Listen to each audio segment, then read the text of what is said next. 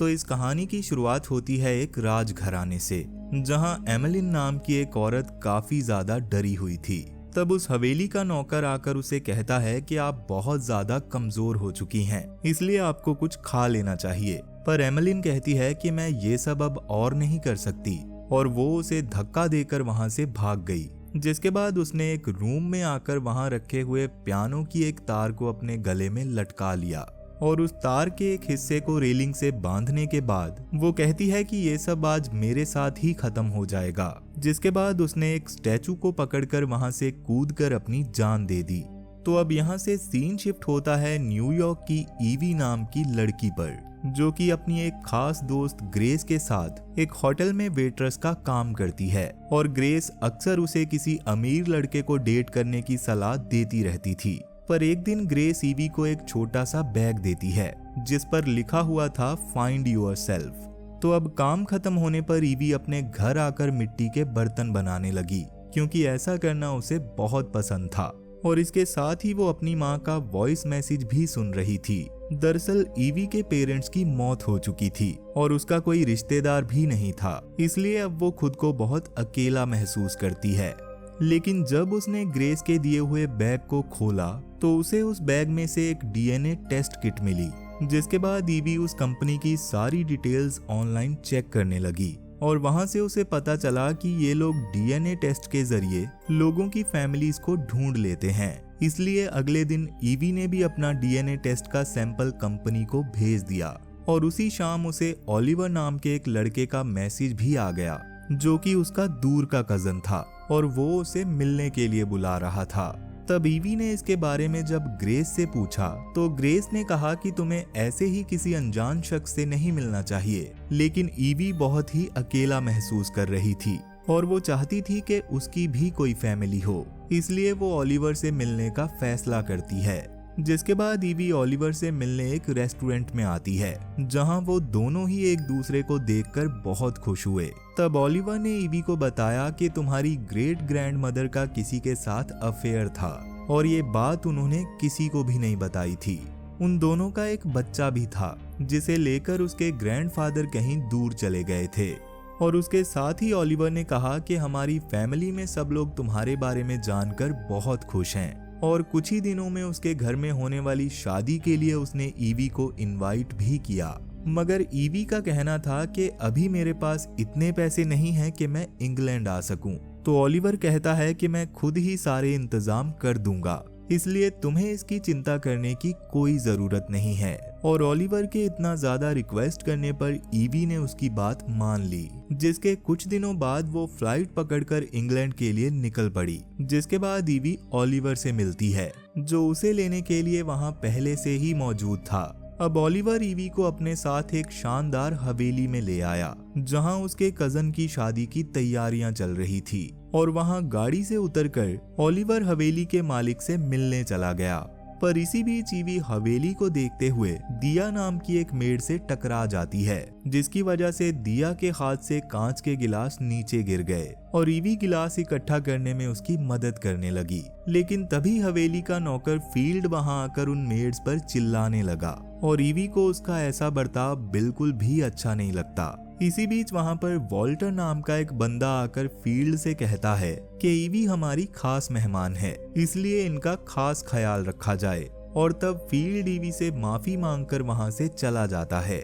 जिसके बाद ओलिवर वहां पर आकर ईवी को बताता है कि वॉल्टर इस हवेली का मालिक है, और वो इस शादी को होस्ट भी कर रहा है। तब ईवी ने वॉल्टर से उसके नौकर के बुरे बर्ताव की शिकायत की, और उस नौकर की तरफ से वॉल्टर ने ईवी से माफी मांग ली। और वॉल्टर के इतने अच्छे बिहेवियर को देखकर ईवी उससे पहली ही मुलाकात में इम्प्रेस हो जाती है। इसके बाद वॉल्टर को किसी काम के लिए जाना पड़ा, और फील्ड ईवी को अपने साथ अंदर ले आया, जहां वो ईवी को बताता है कि तुम हवेली में कहीं भी घूम सकती हो, बस तुम लाइब्रेरी में मत जाना, क्योंकि वहां पर रेनोवेशन का काम चल रहा है। जिसके बाद वो ईवी को उसके कमरे में छोड़कर चला गया, जहां ईवी की पर्सनल मेड पहले से ही उसके स्वागत के लिए खड़ी थी। अब वो मेड ईवी को उस कमरे के अंदर ले आई, जहां ईवी उससे उस कमरे में लगी एक तस्वीर के बारे में पूछती है, तो वो मेड बताती है कि वो यहाँ की पुरानी मालकिन की तस्वीर है, जो कि दिल की बहुत अच्छी थी, लेकिन कुछ दिनों पहले ही उनकी मौत हो गई। उसके साथ ही वो ईवी से कहती है कि तुम्हें इस कमरे से बाहर आने की भी जरूरत नहीं, क्योंकि जब भी तुम्हें किसी चीज की जरूरत हो तो तुम बस बेल बजा देना। जिसके बाद रात को ईवी ग्रेस को कॉल पर इस हवेली के बारे में बताने लगती है, और इसके साथ ही वो बताती है कि हवेली का मालिक बहुत हैंडसम है और मैं यहाँ पर बहुत खुश हूँ।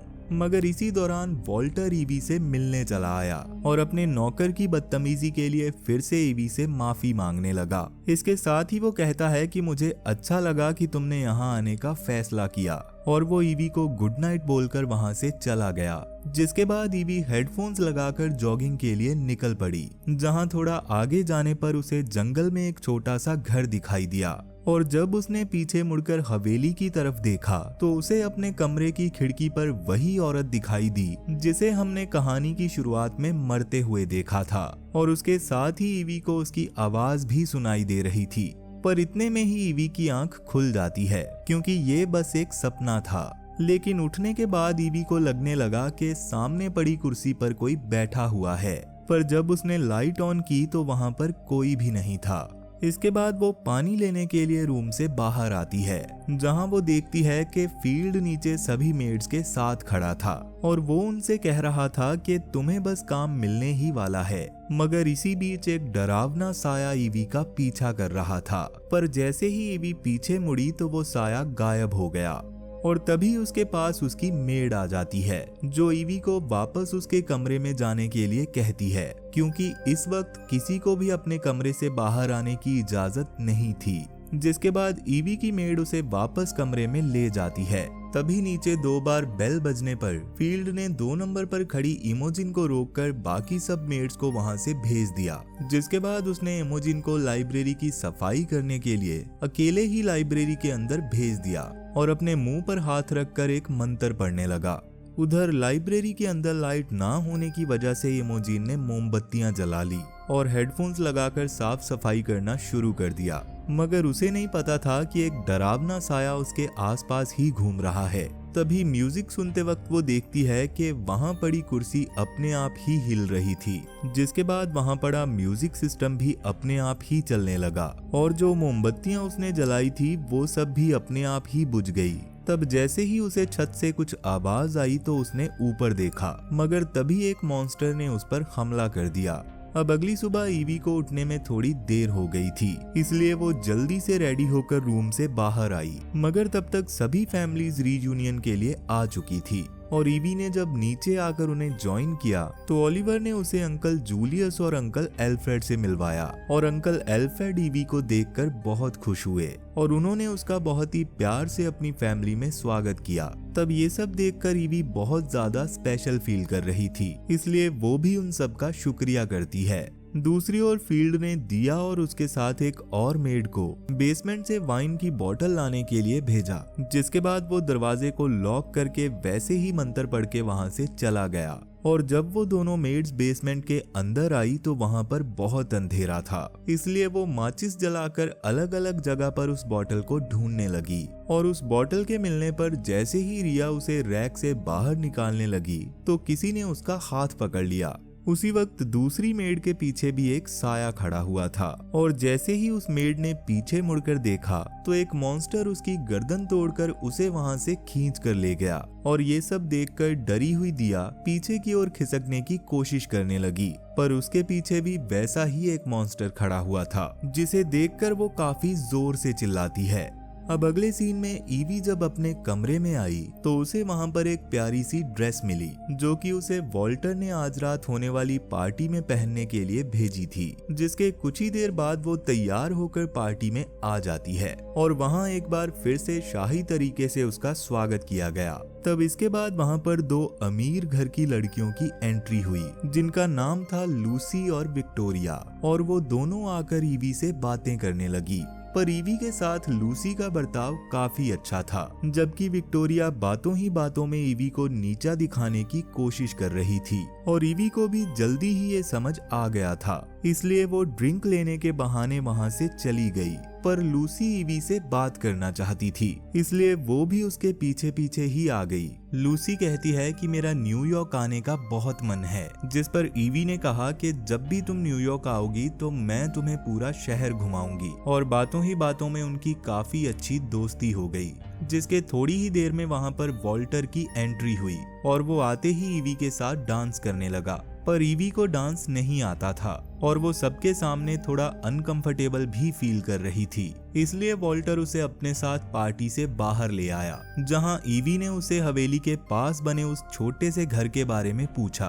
तो वॉल्टर ने बताया कि वो आइस रूम है, जिसके बाद वो ईवी को स्टडी रूम में ले आया, जहां वॉल्टर उसे कहता है कि हम दोनों एक जैसे हैं क्योंकि हम दोनों ही अनाथ हैं। और बातें करते हुए वो दोनों एक दूसरे के काफी करीब आ गए और किस करने लगे, मगर इस दौरान बाहर खड़ी विक्टोरिया भी उन्हें देख रही थी।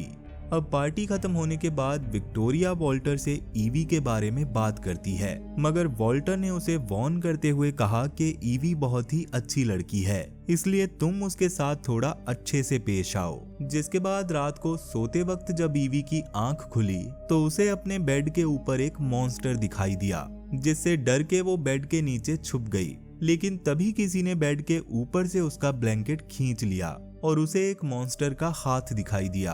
पर इतने में ही वॉल्टर ने वहां आकर उसे बेड के नीचे से बाहर खींच लिया। तब ईवी उसे बताती है कि इस कमरे में कोई तो है, मगर जब वॉल्टर ने लाइट ऑन की तो वहां पर कोई भी नहीं था। जिसके बाद वॉल्टर ईवी के सोने तक उसके कमरे में ही रुक गया और सोने से पहले वॉल्टर ईवी से पूछता है कि आखिर तुम किस तरह की जिंदगी जीना चाहती हो। तो ईवी कहती है कि ऐसी जिंदगी जिसमें मुझ पर कोई रोक टोक ना हो।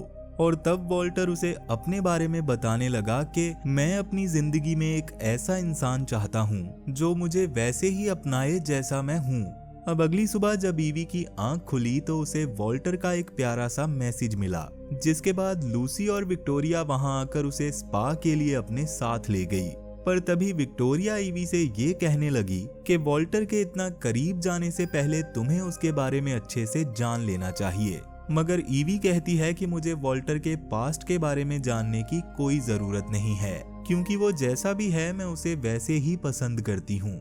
लेकिन फिर भी विक्टोरिया के लगातार सवाल करने पर ईवी को गुस्सा आ गया और इसी चक्कर में उसकी उंगली पर एक छोटा सा कट लग गया और उसका खून बहने लगा। पर ये सब देखकर विक्टोरिया उसके पास आती है और उसका खून चूसकर उस पर हंसने लगती है, मगर ईवी उसकी इस हरकत से परेशान होकर वहां से चली जाती है। पर अपने कमरे में जाने से पहले ईवी चुपके से उस लाइब्रेरी में चली गई, जहां उसे कुछ डॉक्यूमेंट्स मिले जिसमें ईवी की डीएनए रिपोर्ट्स के साथ साथ बाकी की भी सारी इंफॉर्मेशन मौजूद थी। और ये सब देखने के बाद वो गुस्से में अपने रूम में आकर अपना सामान पैक करने लगी। लेकिन तभी उसके पास वॉल्टर आता है, तो ईवी उसे वो डॉक्यूमेंट्स दिखाते हुए कहती है कि तुम मेरी जासूसी क्यों कर रहे थे।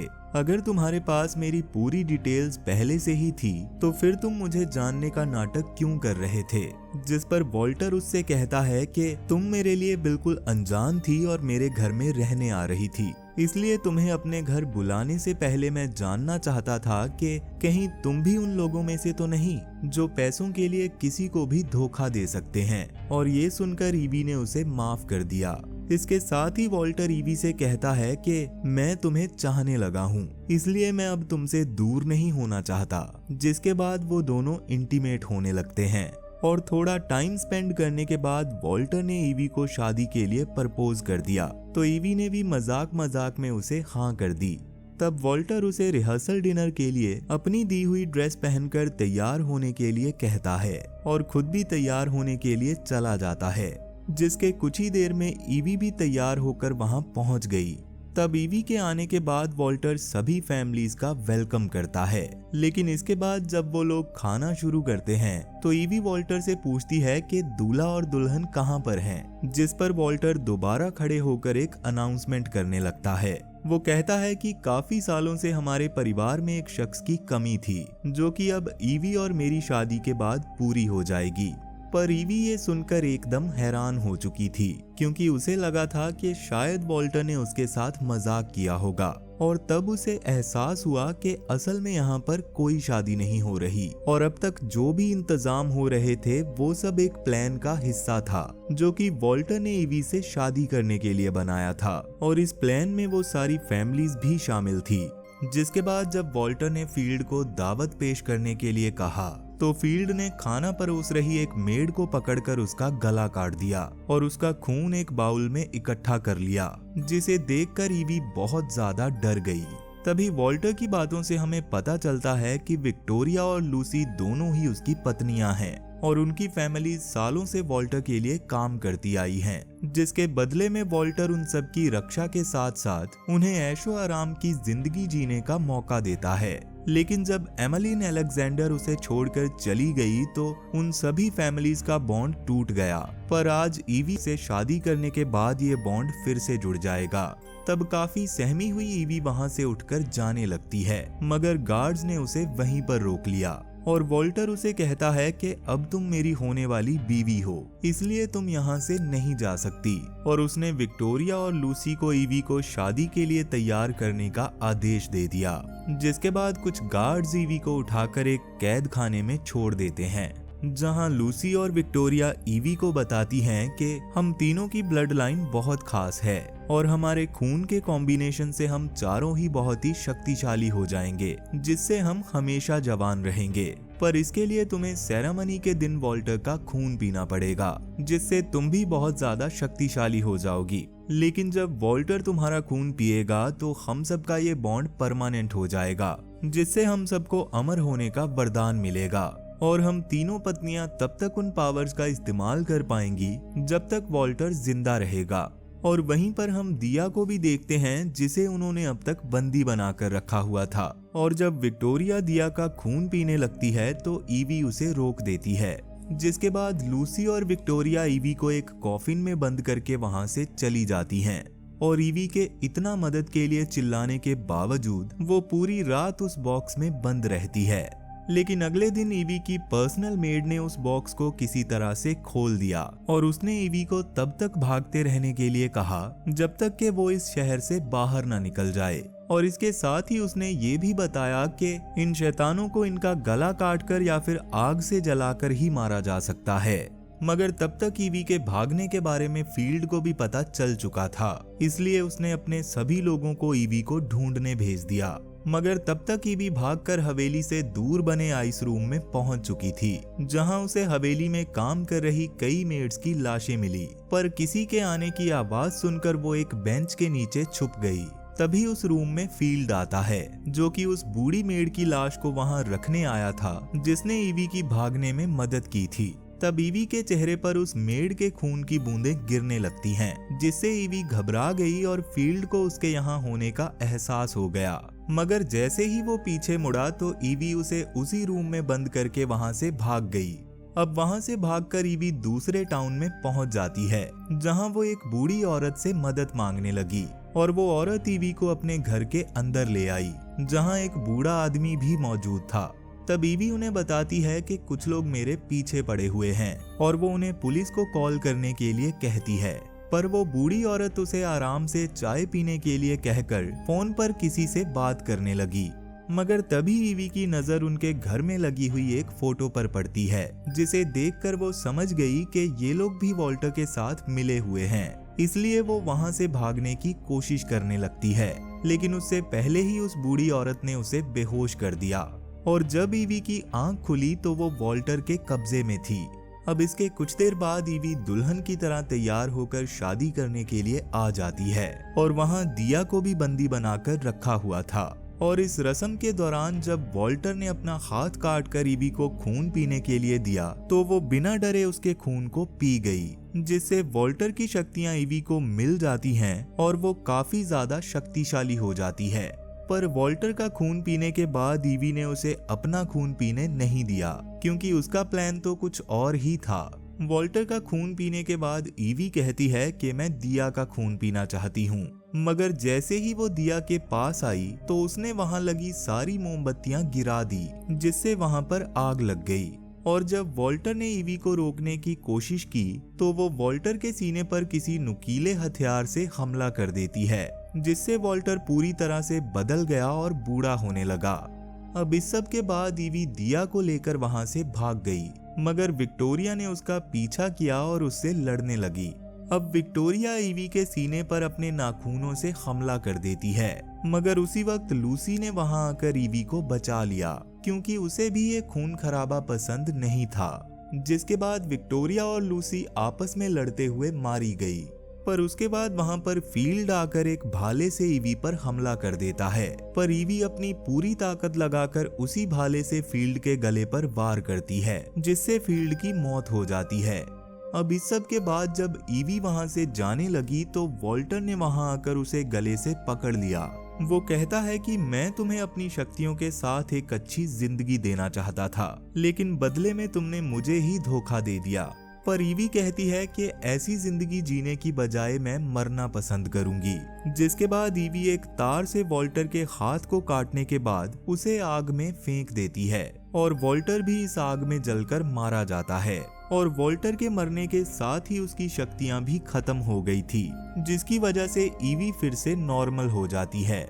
अब यहाँ से कहानी 2 हफ्ते आगे बढ़ती है, जहाँ हम देखते हैं कि ईवी ने अब अपना पूरा लुक चेंज कर लिया था और उसने अपनी फ्रेंड ग्रेस को भी सब कुछ बता दिया था। जिसके बाद वो ग्रेस के साथ मिलकर ओलिवर को मारने के लिए उसका पीछा करने लगती है। और इसी के साथ ये मूवी यहीं पर खत्म हो जाती है। तो वीडियो पसंद आई हो तो वीडियो को लाइक जरूर करना, और अगर तुम इस चैनल पर पहली बार आए हो तो जल्दी से इसे सब्सक्राइब कर लो, क्योंकि इस चैनल पर ऐसी और भी बहुत सारी वीडियोस आने वाली हैं। तो चलो फिर मैं अब तुमसे मिलता हूँ नेक्स्ट वीडियो में, और तब तक के लिए tata bye bye, Radhe Radhe.